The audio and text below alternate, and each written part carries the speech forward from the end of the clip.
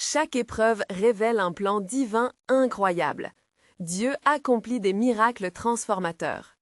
Dans la 3e année de Joachim, roi de Juda, se déroule l'histoire d'un jeune homme dont le destin fut bouleversé.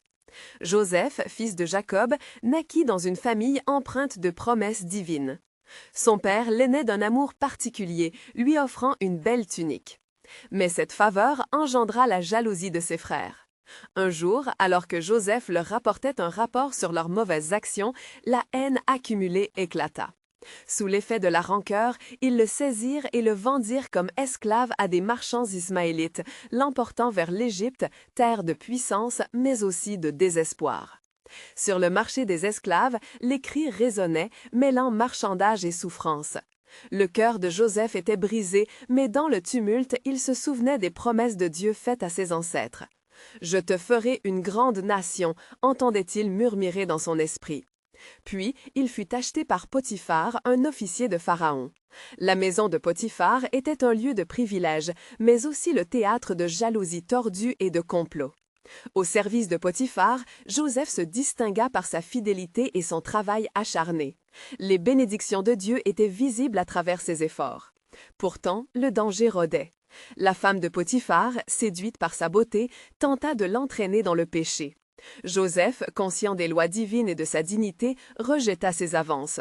Sa pureté lui valut une terrifiante trahison. Jurant que Joseph avait tenté de l'agresser, elle fit emprisonner l'innocent, faisant ainsi de lui un homme à la fois haï et méprisé. Dans les ténèbres de sa prison, où les larmes de désespoir coulèrent, Joseph s'accrocha à la foi. Les jours se transformèrent en mois, marquant un combat intérieur entre le doute et l'espérance. Mais dans cette oubliette, il trouva des camarades. Il interpréta les rêves de 2 prisonniers. L'un serait rétabli à son poste, l'autre condamné à mort. Chaque rêve offrait une lueur, une révélation du royaume invisible. Les murmures de la prophétie résonnaient en lui.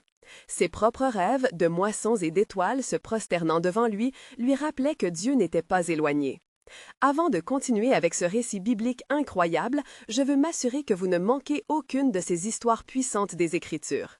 Cliquez sur l'icône de cloche et sélectionnez toutes les notifications. Ces narratives bibliques ont transformé d'innombrables vies à travers l'histoire. Si la parole de Dieu à travers cette histoire vous bénit, s'il vous plaît, aimez et partagez avec quelqu'un qui a besoin d'entendre sur la fidélité de Dieu aujourd'hui. Dites-moi dans les commentaires quelle histoire biblique a le plus impacté votre parcours de foi. Je suis toujours émerveillée de comment la parole de Dieu parle au cœur à travers les générations. Maintenant, continuons avec ce que le Seigneur fit ensuite. Un jour, le Pharaon fut troublé par des rêves énigmatiques, des visions de vaches grasses et maigres, de blé épanoui ne portant pas de fruits. Il se tourna vers son entourage, mais l'inquiétude l'assiégeait. C'est alors qu'un ancien compagnon de Joseph s'en souvint, et Joseph fut tiré de l'obscurité de la prison. À la cour du roi, il se tenait, fragile mais déterminé. Avec foi et sagesse, il révéla le sens des rêves. « Il y aura 7 années de prospérité suivies de 7 années de famine », déclara-t-il, conscient que Dieu l'avait préparé pour ce moment. Impressionné par sa sagesse, Pharaon fit de lui le second dans tout l'Égypte. Mais comme la gloire s'annonçait, Joseph se trouva confronté à la douleur d'une séparation. Les années à venir révéleraient que la réconciliation avec sa famille était aussi au cœur de ce plan divin. Dans l'attente, son cœur battait au rythme des promesses et des mystères de Dieu, conscient que la route serait longue et incertaine. Chaque épreuve était une étape vers un avenir qu'il ne pouvait imaginer. Dans les mois qui suivirent, l'Égypte entra effectivement dans une période de prospérité. Les champs débordaient de blé doré et les rizières ondulaient sous le souffle de la brise. Joseph, à la tête de cette organisation providentielle, ne se contenta pas de profiter des bénédictions. Il mit en place des greniers dans chaque ville, planifiant avec soin les réserves pour les temps difficiles qui viendront. Tout le pays fleurissait, mais chaque jour, une voix intérieure lui rappelait que cette prospérité n'était qu'un prélude à des épreuves à venir. Les 7 années passèrent rapidement et, comme prédit, la famine s'installa, touchant non seulement l'Égypte, mais aussi les terres environnantes. Les cris de désespoir résonnaient du matin au soir et la terreur grimpait parmi le peuple qui n'avait pas pris au sérieux les avertissements de Joseph. Les gens affluaient vers les greniers, le cœur lourd de peur et d'espoir, cherchant du pain pour leur famille. Un jour, alors que Joseph se tenait au seuil des réserves, il aperçut un groupe d'hommes s'approchant, le regard tourné vers le sol, une profonde tristesse gravée sur leur visage. À mesure qu'ils s'approchaient, son cœur se serra. Les vestiges d'un passé révolu se manifestèrent dans leurs traits. C'étaient ses frères. « Nous sommes venus de Canaan pour acheter des provisions, dirent-ils, la voix tremblante d'angoisse. Reconnaissant Joseph, leur cœur fut empli de culpabilité et de peur. Mais lui, empreint de la sagesse et de la grâce qu'il avait acquise par son épreuve, les observa longtemps, se rappelant leur trahison d'antan. Joseph, dans son âme tourmentée, se demanda « Devrais-je les accueillir ou les rejeter ?» Sa foi le portait, éclairant le chemin obscur de la souffrance qu'il avait endurée. En dépit du chagrin, il savait que son rôle était plus grand que le simple désir de vengeance. Il devait devenir un instrument de réconciliation et de restauration. Utilisant sa position, il entreprit de tester le cœur de ses frères. « Vous êtes des espions, n'est-ce pas » déclara-t-il, avec une voix ferme, cachant encore son identité derrière le masque de l'autorité. Ils protestèrent, mais il les enferma dans une salle, laissant l'angoisse les ronger alors qu'ils s'interrogeaient. Sur le sort de Benjamin, leur frère cadet, resté au pays. 3 jours passèrent dans ce climat de tension, et Joseph n'eut de cesse de prier. Au fond de lui, un plan se mettait en place, un plan de rédemption. Puis, dans un moment bouleversant d'émotion, il ne put plus se contenir. Versant des larmes de compassion, il révéla son identité.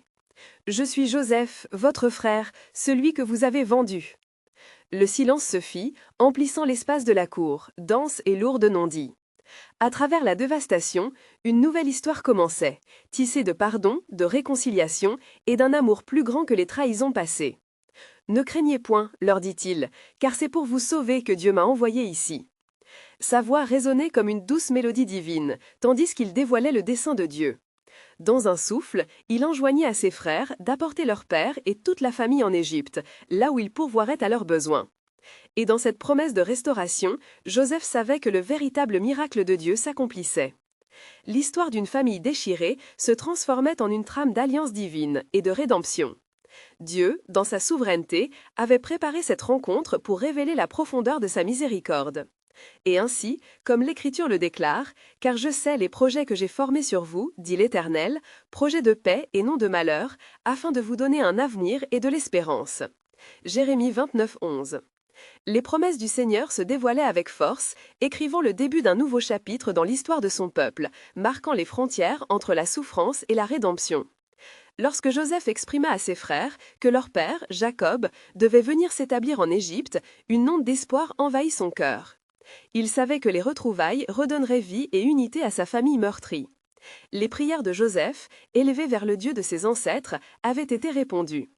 Dans un éclat de lumière divine, la voix du Seigneur résonnait dans son âme. « Ce n'est pas seulement pour vous que tu agis, mais pour tout un plan que j'ai pour vous. » Les frères, encore tremblants devant celui qu'ils avaient trahi, acquiescèrent, le cœur battant de crainte et d'espérance. « Allez, leur ordonna Joseph, et dites à notre père, « Voici, votre fils Joseph est en vie. Et les gouverneurs de toute l'Égypte, venez à moi et demeurez ici. » La promesse de la providence divine se révélait d'une manière tangible, alors qu'une promesse de provision était offerte à sa famille perdue. Ainsi, les frères partirent de la cour, le souffle court, emportant avec eux des provisions, des ressources qui guériraient non seulement leur corps affamé, mais nourriraient également leur âme blessée. Dans la chaleur de l'Égypte, des larmes de réconciliation tâtaient leur chemin. Ils ne savaient pas encore que la route qui les ramènerait à Canaan serait également un voyage de transformation, une suite de révélations sacrées qui redéfinirait leur compréhension de la miséricorde de Dieu. Jacob, agrippé à ses souvenirs, reçut la nouvelle avec une joie mêlée de scepticisme. Il entendit dire que son fils, qu'il croyait mort, était non seulement en vie, mais en position de puissance. En ce moment, l'Éternel fit vibrer à nouveau le cœur de Jacob, et une compréhension douce mais profonde s'éveilla en lui. « Il est encore vivant?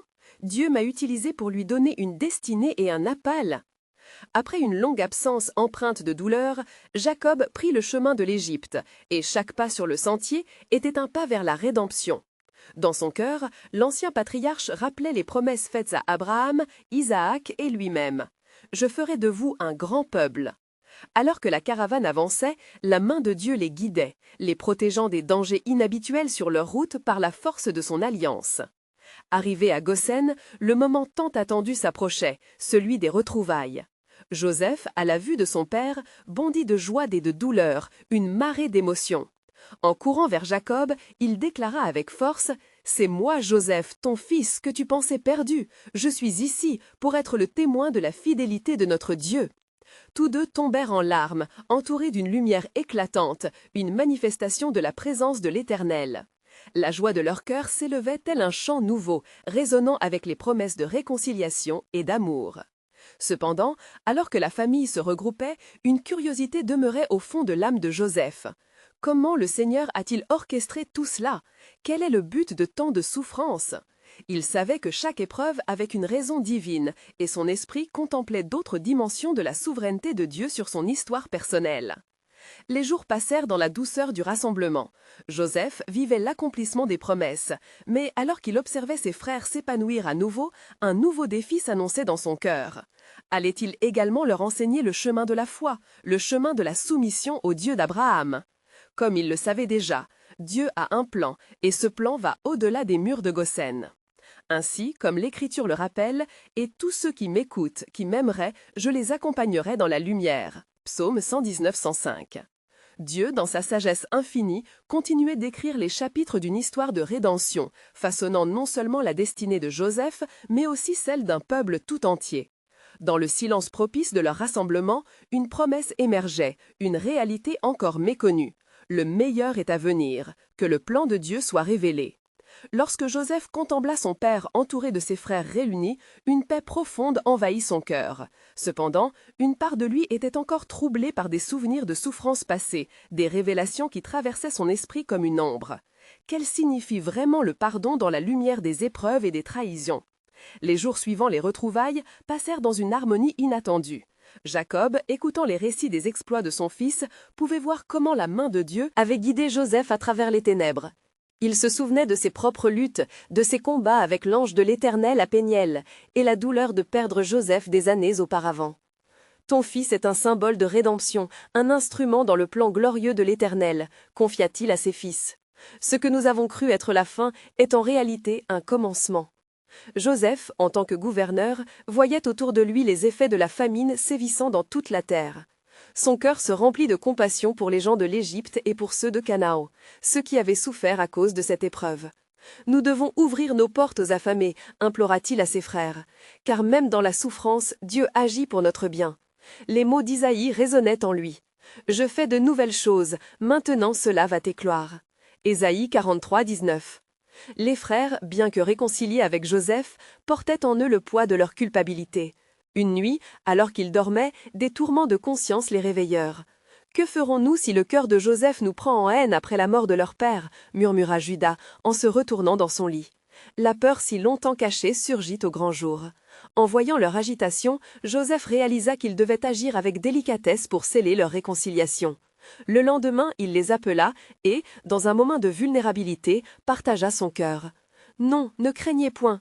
Vous aviez pensé me faire du mal, mais Dieu l'a tourné en bien, afin d'accomplir ce qu'il est aujourd'hui. Soyez réconfortés. » Les paroles de Joseph résonnèrent, rétablissant la paix dans le cœur de ses frères. Joseph se tenait maintenant comme leur protecteur, un symbole de la providence de Dieu. Le Seigneur leur avait accordé cette seconde chance, un nouveau départ tissé dans la toile de l'histoire de leur famille. Ensemble, ils commencèrent à bâtir non seulement leur vie, mais aussi une nouvelle destinée pour les générations à venir. Joseph envoya des provisions à son père, mais aussi des promesses de soutien pour tous ceux qui viendraient à Goshen. Les enfants d'Israël devaient s'unir dans ce pays d'exil, mais ils n'ignoraient pas que la main de Dieu les conduisait vers quelque chose d'encore plus grand. Alors qu'ils feuilletaient les pages de leur nouvelle vie, l'Éternel murmura à Joseph des promesses concernant la délivrance à venir. « Un jour, je ferai de vous un grand peuple dans cette terre », lui confia-t-il.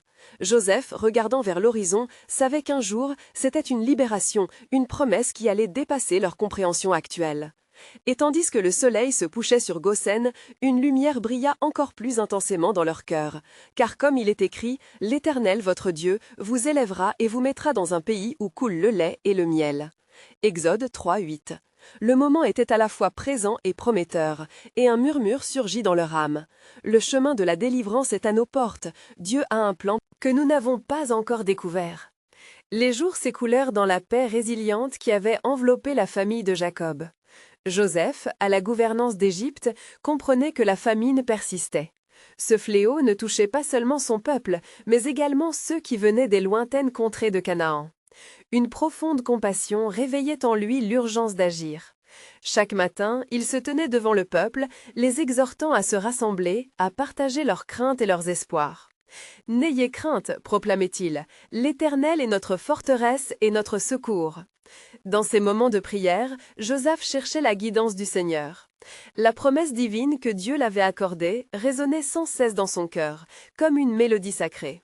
Il se remémorait les paroles que son père lui avait transmises, que même dans l'adversité, le Seigneur tourne les cœurs vers la restauration. Une fois, alors qu'il était sur le point de se retirer, une vision lui apparut. Il vit des épis de blé, verts et en santé, mais aussi un vent puissant qui soufflait sur des champs désolés.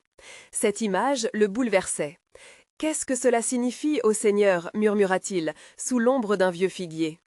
Sous les étoiles brillantes de cette nuit, l'Éternel lui murmura avec une clarté inattendue, révélant à Joseph que des jours de sécheresse approchaient non seulement pour l'Égypte, mais pour toutes les régions environnantes.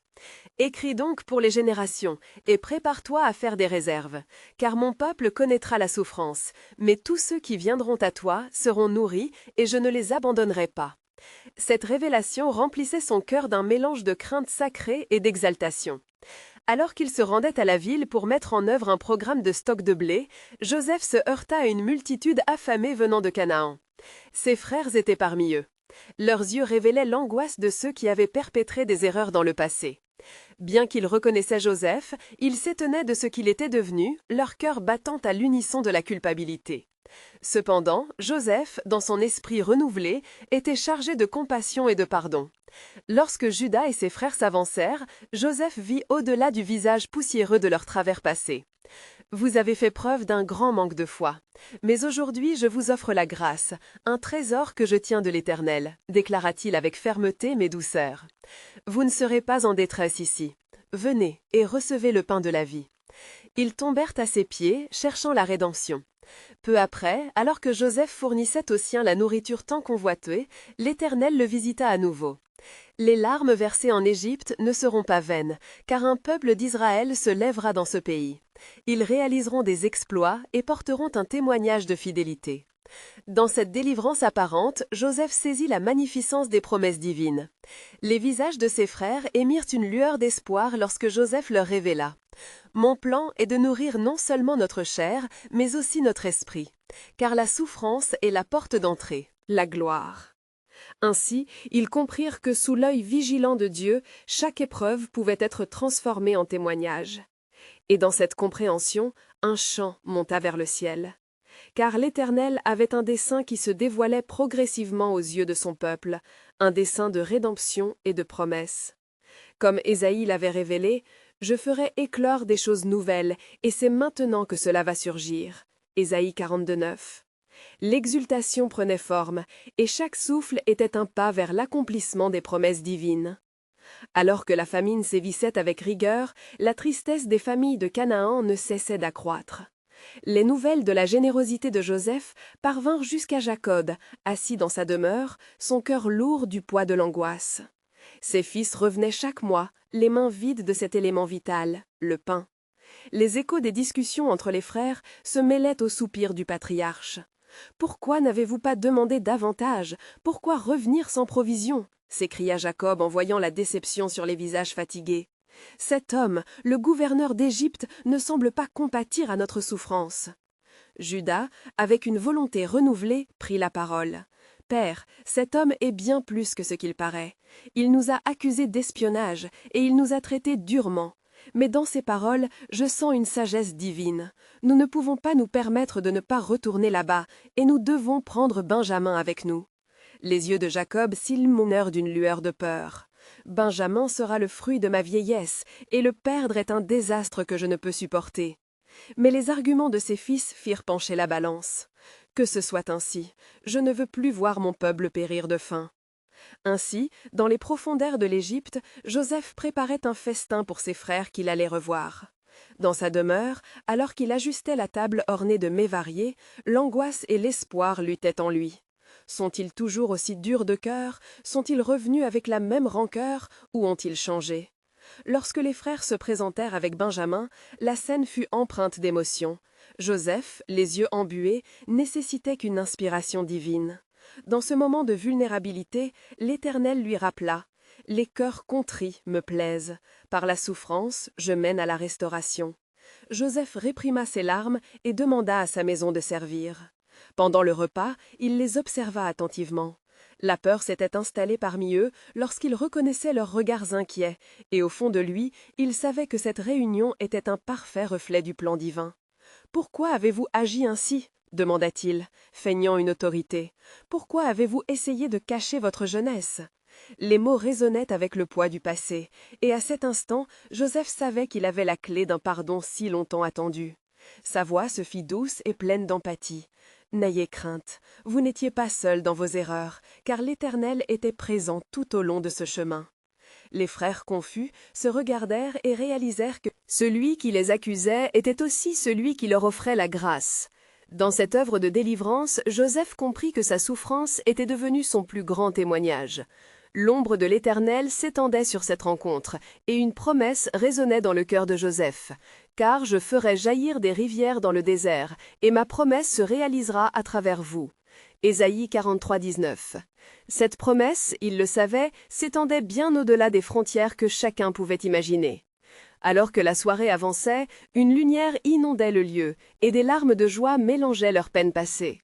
L'Éternel exaltait le cœur de Jacob, lui révélant que les épreuves n'étaient que des tunnels vers la lumière de sa gloire. Et, dans l'intimité de ce repas de réconciliation, une nouvelle révélation s'ouvrait. « Je ne vous renverrai jamais à vide. Vous êtes non seulement mes frères, mais le peuple choisi de l'Éternel. » Joseph savait que Dieu se servait de chaque épreuve pour accomplir ses promesses. Ainsi, l'œuvre de rédemption était en marche, et Joseph, là, au milieu de ce festin, déclarait avec une foi renouvelée: « Qui peut échapper à son plan? Car l'Éternel dit: Mes pensées ne sont pas vos pensées, et mes voies ne sont pas vos voies. » C'était alors que le mystère du dessein partagé divin s'étendait, révélant un avenir meilleur sur les décombres de la souffrance. Alors que le festin touchait à sa fin, une atmosphère chargée de significations sacrées emplissait la salle. Joseph, ayant vu l'évolution de ses frères, savait que la réconciliation était plus qu'un simple événement. C'était une étape essentielle du plan divin qui se déployait devant lui. Dans un geste empreint de douceur, il se leva. « Mes frères, je vous ai appelés ici pour une raison bien plus grande que le simple partage de la nourriture. Écoutez-moi. » L'attente palpita dans l'air. Les frères, les regards fixés sur lui, attendaient ces mots avec un mélange de crainte et d'espoir. « Je suis Joseph, votre frère que vous avez vendu en esclavage.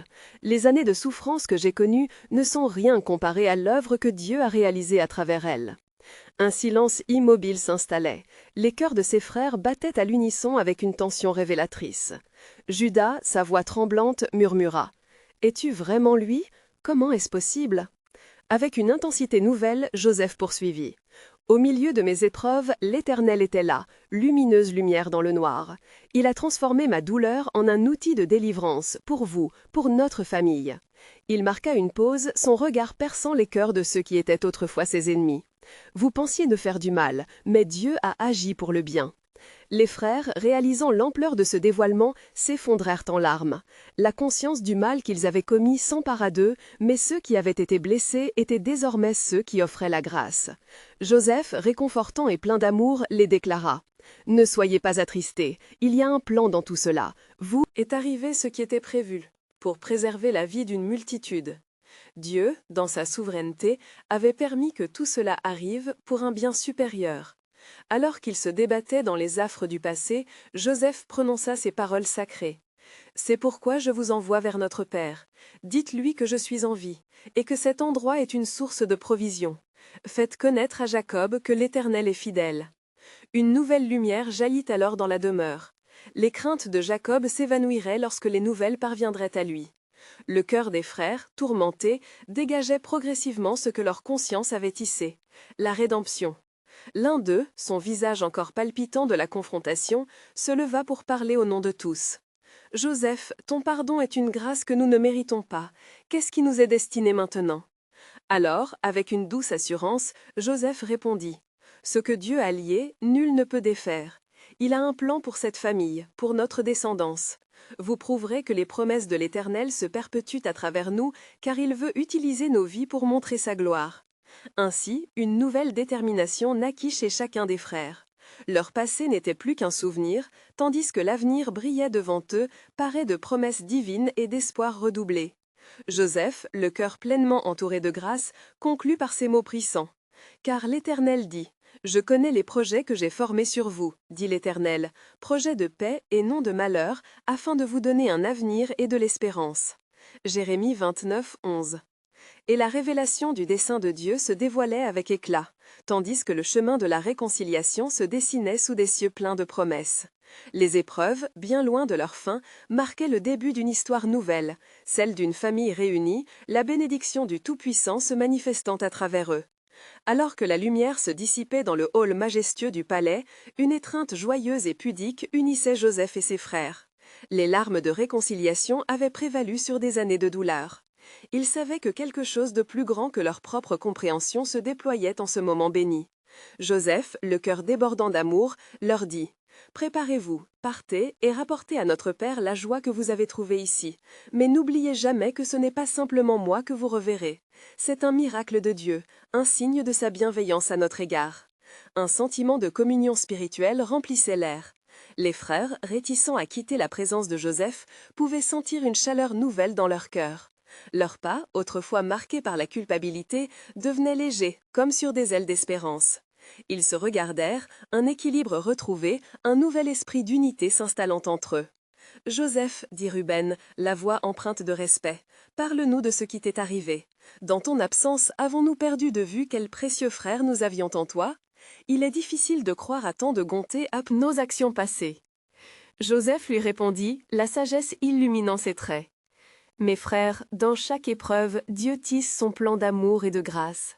N'ayez pas honte de votre passé, car Dieu l'a transformé en témoignage vivant. Ce séjour en Égypte n'aurait pu se déployer sans les douleurs que je portais. Souvenez-vous toujours que la souffrance peut devenir le creuset de la rédemption. » Alors qu'ils commençaient à s'éloigner vers le pays de Canaan, un incident inattendu survint. Un messager, en proie à la panique, entra en courant. « Joseph, un roi d'une terre voisine souhaite te voir, il a entendu la gloire de ta sagesse. » Joseph, un brin perplexe, répondit « Quoi qu'il en soit, ma mission est de porter la bonne nouvelle de réconciliation à mon père. Mais qu'y a-t-il de si urgent qui requiert ma présence ?» Il est dit qu'il a des visions troublantes, continua le messager. Il craint pour sa couronne et a entendu parler de tes dons d'interprétation des rêves. Il veut que tu l'aides à comprendre ses propres songes. Un silence pesant s'installa alors autour de Joseph. Ce moment était-il une autre épreuve? Ils se remémorèrent rapidement les promesses que Dieu avait faites à Joseph. Interroger les cieux semblait un appel pour celui qui avait déjà traversé tant d'épreuves. Dans son cœur, il ressentit la direction divine lui susurrer de ne pas ignorer cet appel. Avec une ferveur renouvelée, il dit à ses frères « Il est possible que ce roi soit meurtri et cherche un sens au désarroi de son royaume. Puissent mes paroles résonnent comme un instrument de paix. N'ayez crainte, car cela ferait aussi partie du plan que Dieu a en réserve pour nous. » Il les embrassa une dernière fois et s'éloigna avec foi, sentant que chaque pas le rapprochait de la réalisation de la prophétie qu'il avait guidée depuis son jeune âge. Alors que Joseph marchait vers l'avenir incertain, une promesse divine se leva en son cœur, et il se remémora mes mots du prophète Ésaïe. « Quand tu passes par les eaux, je serai avec toi, et dans les fleuves, ils ne te submergeront pas. » Ésaïe 43:2. Il comprenait que même dans les moments d'incertitude, la grâce de Dieu l'accompagnerait. La révélation du plan divin s'approfondissait, et avec chaque clairement, une nouvelle dimension de la volonté parfaite de l'Éternel se déployait. Le chemin de Joseph devenait ainsi un chemin de miracle, tandis que la main de Dieu continuait à le guider. Au palais du roi, les murs résonnaient d'un murmure d'inquiétude, alors que Joseph se tenait devant le souverain, dont le visage était marqué par l'angoisse. « Joseph, fils de Jacob, commença le roi, l'angoisse tintant sa voix. Des rêves troublants m'accablent, et je crains pour mon royaume. Je suis hanté par des visions de bovins maigres dévorant des bovins gras, et des épis flétris engloutissant les épis pleins. Que signifie cela, ô homme de Dieu ?» Joseph, le cœur vibrant de responsabilité, s'inclina respectueusement. « Roi, ces rêves sont un message du Très-Haut. Les bovins et les épis représentent les années de prospérité qui seront suivies par une grande famine. Dieu vous avertit afin que vous puissiez agir en conséquence et préserver votre peuple. Le roi écouta attentivement, ses yeux s'illuminant de compréhension. « Et que devrais-je faire » Joseph répondit avec assurance. « Choisissez un homme avisé et sage pour diriger l'accumulation de provisions durant les 7 années d'abondance qui vous précèdent. Préparez-vous, car ces jours de famine seront sévères. » Le souverain, conscient de l'urgence de la révélation, se leva et s'écria. « Nous avons ici un homme à la stature d'un gouverneur de l'Égypte. Que vos conseils soient appliqués au plus vite. » Alors que Joseph regardait la détermination du roi, il ressentit une imposition de la souveraineté divine se déverser sur lui. Il savait que ce n'était pas simplement une mission pour un homme, mais un plan grandiose de Dieu pour sauvegarder des vies, pour préserver une lignée choisie, afin que la promesse faite à Abraham ne soit pas oubliée. Tandis que Joseph commençait à élaborer un plan pour stocker des grains, son esprit vagabondait vers sa famille. Avec chaque instant passé en présence du roi, il pouvait sentir la douleur de la séparation de ses frères et de son père à Canaan. Le besoin de réconciliation était au cœur de sa mission, et il savait qu'aucun plan ne serait complet sans eux. Au palais, les jours se succédaient, et Joseph devenait de plus en plus influent. Dans ses rêves, des promesses divines lui venaient, des images de sa famille rassemblée, le mal laissé derrière et la joie de la rédemption. Chaque matin, il se levait avec cette anticipation, conscient que des changements prodigieux se produiraient bientôt. Dans une nuit placée sous le signe de la Providence, le roi eut un rêve encore plus troublant. Il s'agissait d'une tempête noire élargie, préfigurant non seulement la famine, mais aussi des conflits menaçants à l'horizon. Joseph, désormais capitaine de la houle dit César prophétique, se leva à la première lueur du matin, déterminé à révéler cette affliction à son roi. Ainsi, lorsque le roi lui demanda conseil une nouvelle fois, la voix de Joseph se leva telle une flamme dans l'obscurité. « Roi, il est impératif de rassembler non seulement des provisions, mais aussi des alliés fortifiés. Une alliance avec d'autres royaumes vous assurera protection dans la nuit qui approche. » Le roi, touché par l'inspiration divine que Joseph se révélait, acquiesça avec facilement, prêt à faire appel à ceux qui pouvaient les préserver sous l'ombre de la menace. Joseph réalisa à ce moment-là que quelque chose d'extraordinaire prenait forme. Non seulement il aurait l'occasion de sauver son propre peuple, mais également d'établir des ponts d'amour et de solidarité pour des nations entières. La main de Dieu orchestrait quelque chose de grand. Peu à peu, tout se mettait en place comme le puzzle divin. Les événements s'accéléraient, mais la promesse continuait de vibrer dans son cœur. Le rappel de ce qui avait été prophétisé à Joseph plus jeune résonnait dans ses pensées. « Et voici, je vous enverrai de grands miracles parmi vous. » Il comprenait que la promesse de Dieu voyageait avec lui, qu'il était au centre d'un dessein plus vaste. Les jours à venir promettaient d'être un tremplin pour des événements qui changeraient non seulement sa vie, mais aussi celle de toute sa lignée. Et ainsi, sous la lumière douce des étoiles d'Égypte, Joseph affirmait la vision avec foi, tout en se remémorant les paroles du psaume « Il tiendra ferme, comme un arbre planté près des eaux, et ce qu'il fait réussira. » La scène se mettait en place pour le déploiement des mirages divins, chaque pas le rapprochant de l'accomplissement de la volonté parfaite de l'Éternel. Dans le royaume d'Égypte, alors que Joseph se tenait aux commandes de la préservation des provisions, une danse divine se déployait à travers les contrées. La famine, déjà annoncée, prenait progressivement forme, frappant les cœurs et les terres de Canaan. Au sein de la maison de Jacob, l'atmosphère était lourde d'angoisse. Les jours passaient, et avec chaque coucher de soleil, la peur grandissait, assombrissant les âmes. La douleur de l'absence de Joseph, le fils tant aimé, pesait sur la famille comme une ombre encore très présente. Les frères de Joseph, conscients de l'urgence de la situation, se réunirent autour de leur père. « Père, notre foyer est à court de provisions, et nous savons que l'Égypte dispose de ce dont nous avons besoin, » proposa Ruben, le premier-né, avec un tremblement dans la voix. Jacob, sentant la prévoyance divine s'installer dans les cœurs de ses fils, peina à accepter cette nouvelle demande. « Êtes-vous prêts à retourner là-bas? Le gouverneur d'Égypte aurait-il encore de la bonté après tout ce qu'il s'est passé? Que ferons-nous si c'est lui, notre frère, qui nous fait face ?» Les frères échangèrent des regards, incapables de masquer la rancœur résiduelle d'un passé qui les habitait encore. Mais Juda, déterminé, leva la voix. « Nous n'avons pas d'autre recours, père. La survie de notre famille est en jeu. Nous devons prendre Benjamin avec nous. C'est lui, notre chance, notre lien. » Le cœur de Jacob était en proie à un conflit. D'un côté, l'amour pour son fils Benjamin l'empêchait de se résoudre à l'envoyer avec ceux qui lui avaient apporté tant de douleur. De l'autre, la voix de la nécessité plaidait en faveur d'une démarche audacieuse. Finalement, dans un souffle de résignation, il déclara « Allez, et que le Dieu Tout-Puissant soit avec vous. Prenez soigneusement des offrandes, car il pourrait voir cela comme un acte de respect. » Les frères, armés d'espoir et de tristesse mêlée, se préparèrent pour le voyage. Ils prirent avec eux des trésors, des précieuses douces et des grains à offrir entre autres. Chaque pas sur le chemin vers l'Égypte témoignant de l'imminence d'un terrible dénouement qui, ils l'espéraient, serait source de rédemption. À leur arrivée à la cour de Joseph, l'énigme des rêves se matérialisait devant eux. Dans cette grande salle ornée de couleurs, une majesté régnait et un sentiment d'inquiétude les tenaillait en même temps.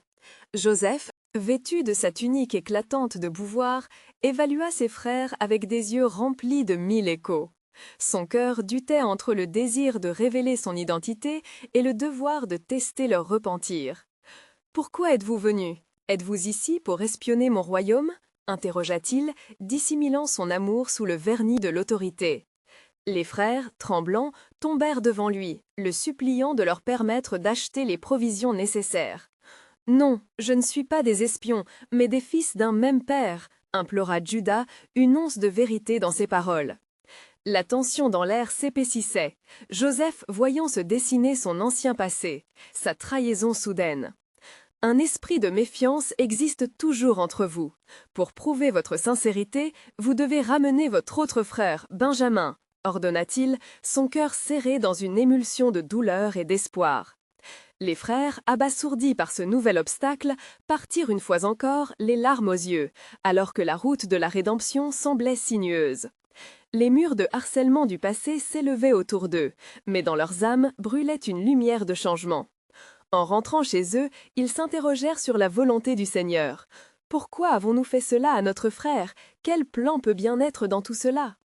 De retour à Canaan, Jacob accueillit ses fils avec appréhension. Ils révélèrent, une fois de plus, la situation périlleuse et la demande de Joseph. Pour Jacob, l'angoisse s'installait de nouveau, mais vigilamment, Benjamin fut appelé à rejoindre ses frères. La douleur, le sacrifice et une promesse de renaissance imprégna cette famille dispersée par le péché.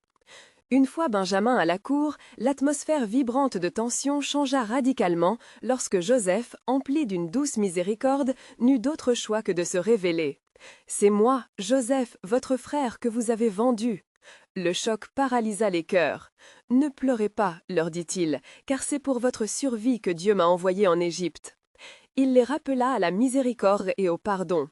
Une voie s'ouvrait pour la réconciliation, leur permettant de surmonter la noirceur de leurs erreurs.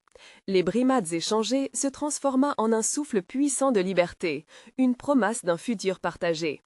À cet instant, Joseph comprit pleinement le dessein de Dieu. « Il s'agit d'un grand peuple, murmura-t-il, car comme il est écrit, car je sais les projets que j'ai formés sur vous, projets de paix et non de malheur, afin de vous donner un avenir et de l'espérance. » Jérémie 29, 11. Dans cette heure, le plan souverain du Seigneur s'exprimait en chant, et les fils d'Israël réalisaient que le chemin vers leur salut avait à voir avec la douleur qu'ils avaient perpétrée. Ce fut le murmure vibrant d'une nouvelle ère qui se dessinait, une promesse lumineuse au-delà des ténèbres.